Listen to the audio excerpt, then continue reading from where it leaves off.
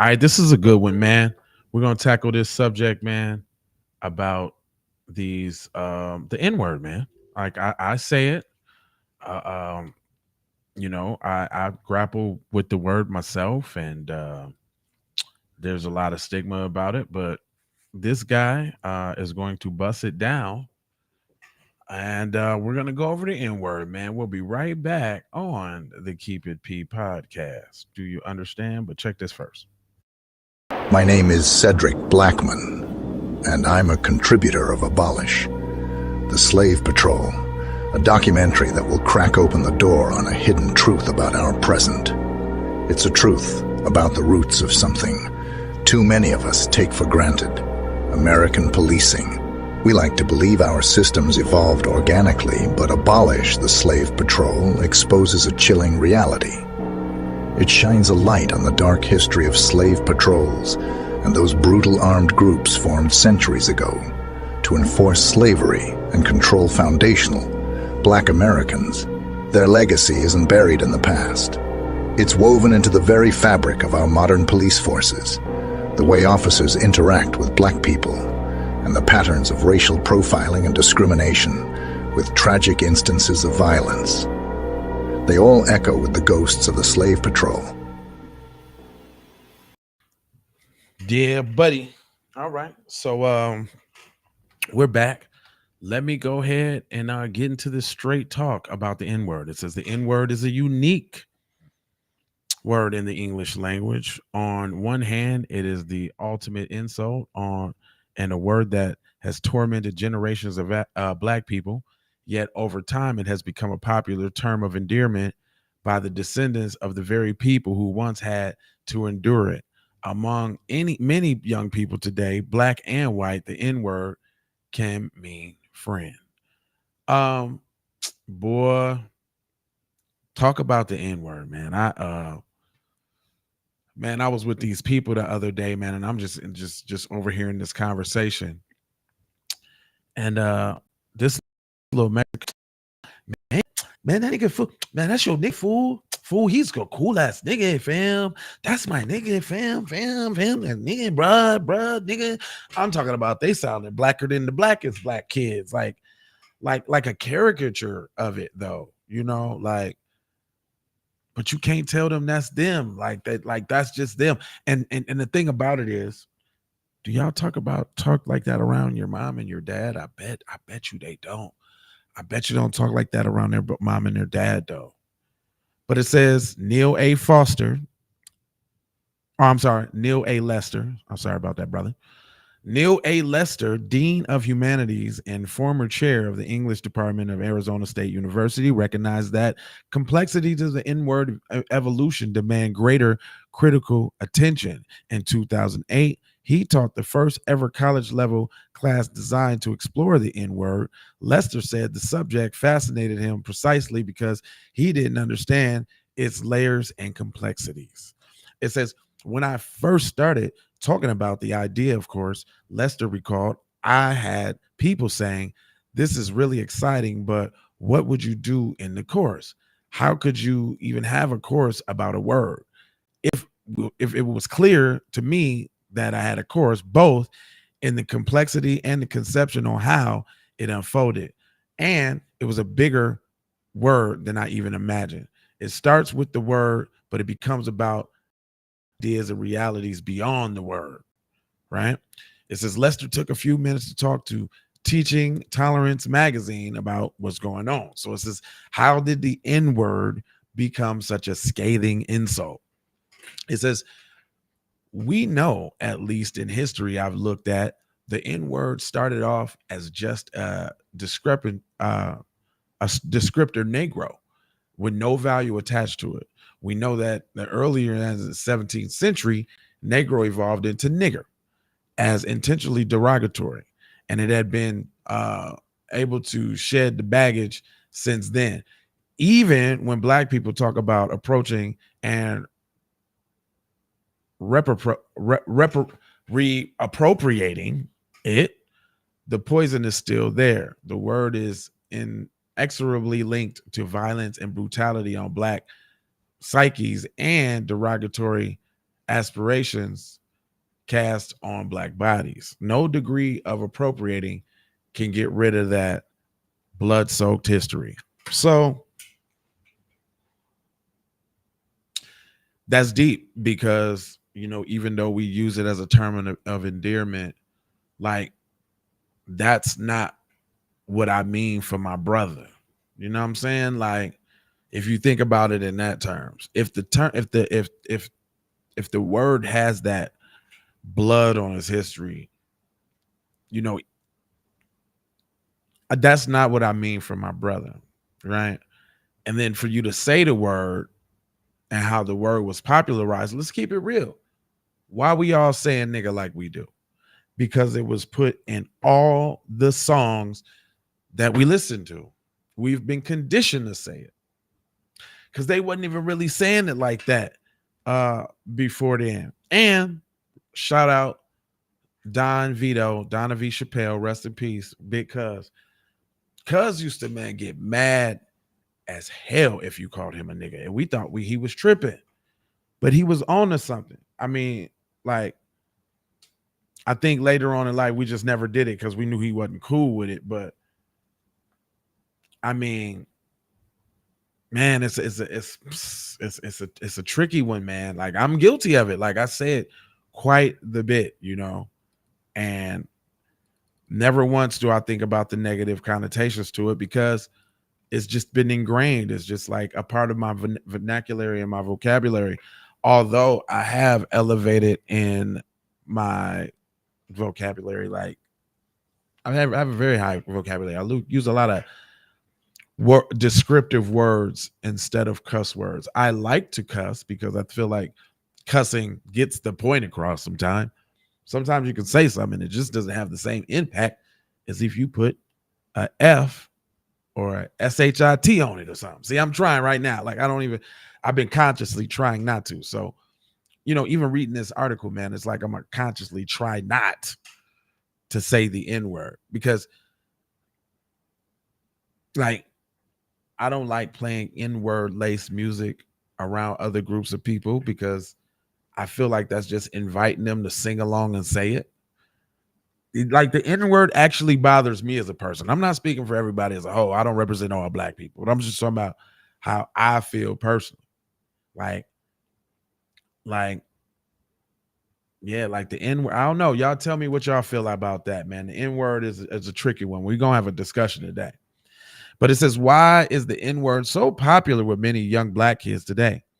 If you could keep the word within the context of the inmate environment amongst friends, then I can see how you could potentially own the word and control it. But you can't because the word takes its life on, and it's not just in the environment.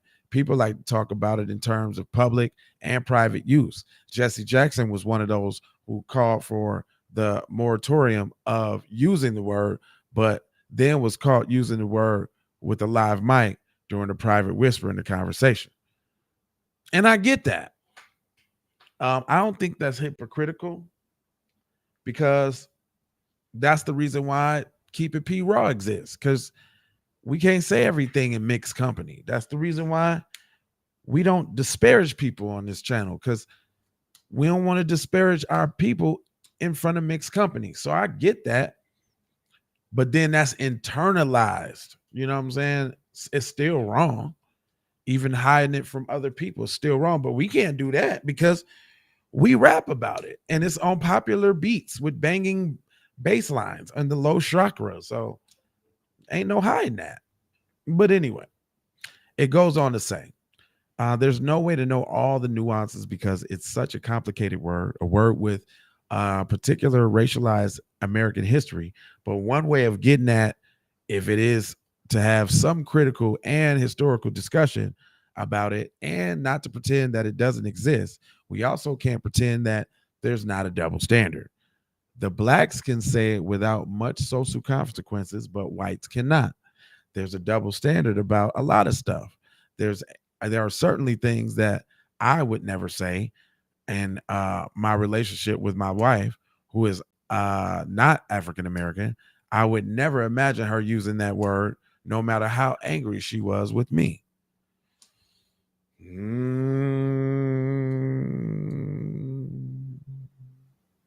Well, I would say, yeah, I get him, but brother, you almost. Mm, it says that's what I'm talking about. I'm asking people to do, to self-reflect, rate critically on how we all use language and the extent to which language is a reflection of our innermost thoughts. Most people don't bother to go to that level of self-reflection and self-critique. Ultimately, that's what this class is about. It's about self-education and self-critique, not trying to control others by telling them what to say or how to think, but rather trying to figure out how we think and how the word we use mirror our own thinking. Mm. Mm. What types of things do they confess? In a circle of white friends, some are comfortable with the N word because they've grown up on and been nourished by hip hop. Such much of the commercial hip hop culture by black males uses the N word as a staple. White youth, statistically a large consumer of hip hop, then feel that they can use the N word, the word among themselves with black and white peers. But then I hear in the same discussion that many of the black youths are indeed offended by whites using the N word. And if blacks and whites are together and a white person uses the word, many blacks are ready to fight. So this word comes laden with these complicated and contradictory emotions, responses to it. It's very confusing to folks on the other side, particularly when nobody has really talked about the history of the word in terms of American history, language, performance, and identity. Most public school teachers are white women. How might they hold class discussion about this word? Do you think it would help them to lay some good groundwork? How might a K through 12 teacher go about teaching the N word? What should teachers keep in mind as they teach about the N word? Should they be teaching about the N word at all? These are very good questions. It says you might want to get somebody from outside uh, out, uh, outside who is African American to be a central part of any discussion. An administrator, parent, a pastor, or other professional with some credibility and authority. Every white teacher out here needs to know that black people can rarely say that they know a white person or they know white people. It's a near social impossibility. The NAACP would be a great place to start, but I do not suggest running to the NAACP as a single authority. Surely there are black parents of school children or black neighbors and a few streets over or black people at a neighbor's churches. The teacher might begin at by admitting, this is what I want to do. How would you approach this? Or how do you approach it as a team? How can we build a team of collaborators so that we can accept the responsibility of educating ourselves and our youth about the power of the word to heal or to harm? This effect has become something shared as shared as opposed to something that is one person allegedly owns. This is getting really tricky, and it's pretty simple. It's pretty simple. Would prevent it would presented with the facts, you can't deny that even for a black person to speak the word is wrong. Do we own the word? Nah, we don't own none of the words because we don't even own the English language because that's not even the language that our people had originally for the people who we are. So, um, do you have a moral obligation to stop saying Negro?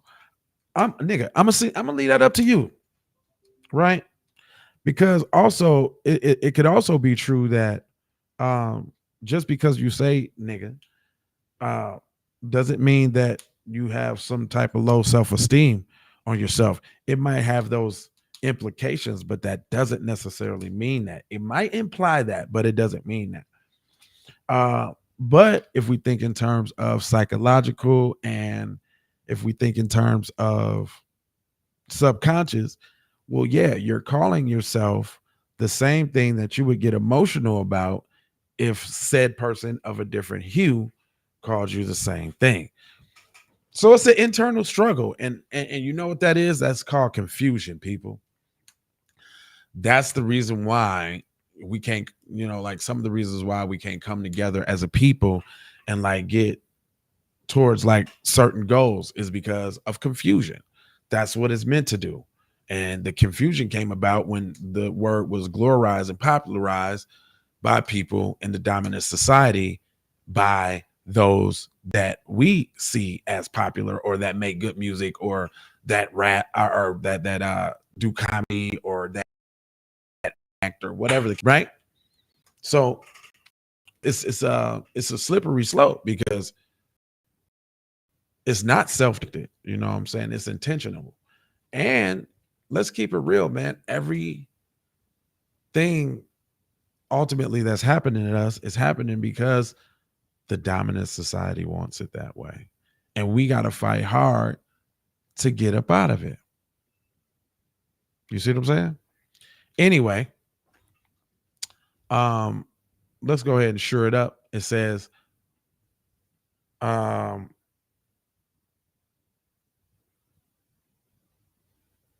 what should teachers keep in mind as they teach about the N-word? Remember the case of the white teacher who told the black student to sit down and said, "Sit down, nigga." And then the teacher is chastised by the administration. Of course, there's a social media disruption. He said, "I didn't say sit down, nigger. I said, say sit down, nigga." And that's what I hear these students saying. I'm thinking, first, you're an adult white teacher. Secondly, do you imitate everything that you see and hear others do? At some level, there has to be some self-critique and critical awareness and sensitivity to difference. Just because someone else is doing it, it doesn't mean that it's okay for you to do it. It says, in my courses, I'm more interested in raising questions than finding answers to them. I think the question led to potential self-discovery. It's not about whether or not a person uses the N-word. I try to move the class beyond easy boundaries. Well, blacks can use it, but whites can't. The line of thinking doesn't take us very far.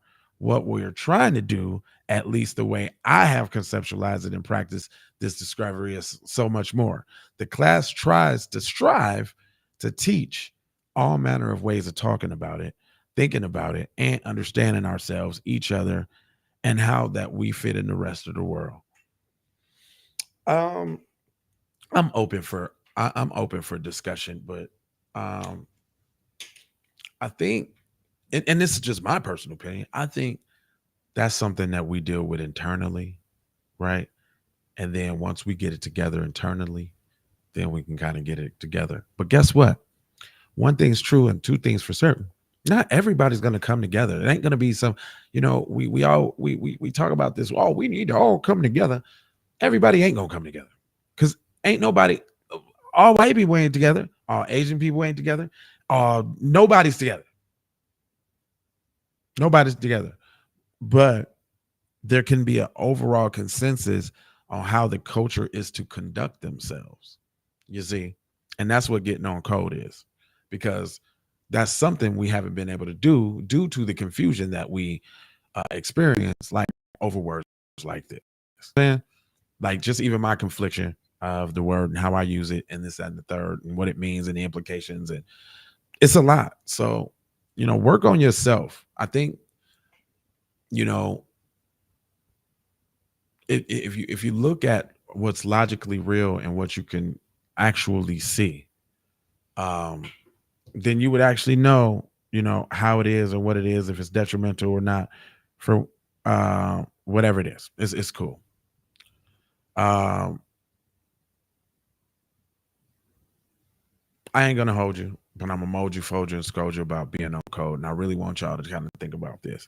So I had to go ahead and make it 20 minutes, man, because it's just what it is, man. Go ahead and do these here for me. I need you to go ahead, subscribe for the vibes, like for the spike, comment your vomit, share if you care. about getting Black empowerment everywhere. I need you to do that on the platforms We Own Jones. And just to bring it on home, I got this.